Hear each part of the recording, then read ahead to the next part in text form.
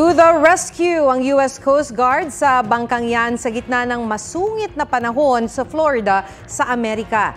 Pilit na pinatalon sa dagat ang aso at kanyang amo.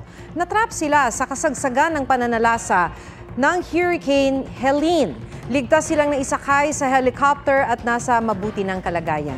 Hindi bababa sa 6 ang naitalang patay sa hagupit ng Hurricane Helene na isa sa pinakamalakas na tumama sa kasaysayan ng Amerika.